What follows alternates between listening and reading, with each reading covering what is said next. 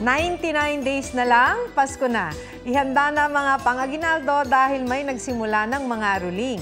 Pero para mas masigla ang Christmas spirit, may dagdag paandar dapat tulad ng mga carolers na ito mula sa Cebu. Panoorin sa report ni Mariz Umali.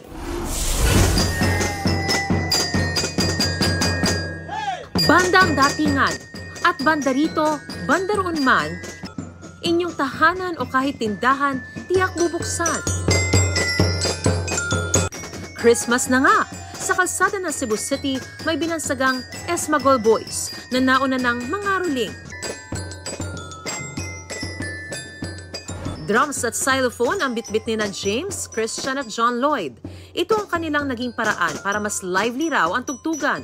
Siyempre, level up din ang kanilang natatanggap. Sa gatos, mga abot ng mga kalibo kapin. Ang kanilang kita, iipunin daw nila para sa kanilang grupo. Kaya para mo i-build up ang instrumento ba?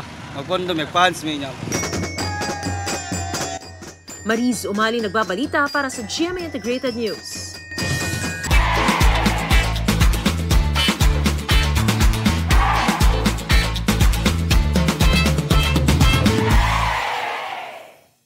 Huwag magpahuli sa mga balitang dapat ninyong malaman. Mag-subscribe sa GMA Integrated News sa YouTube. Sa mga kapuso abroad, subaybayan nyo kami sa GMA Pinoy TV at sa www.gmanews.tv.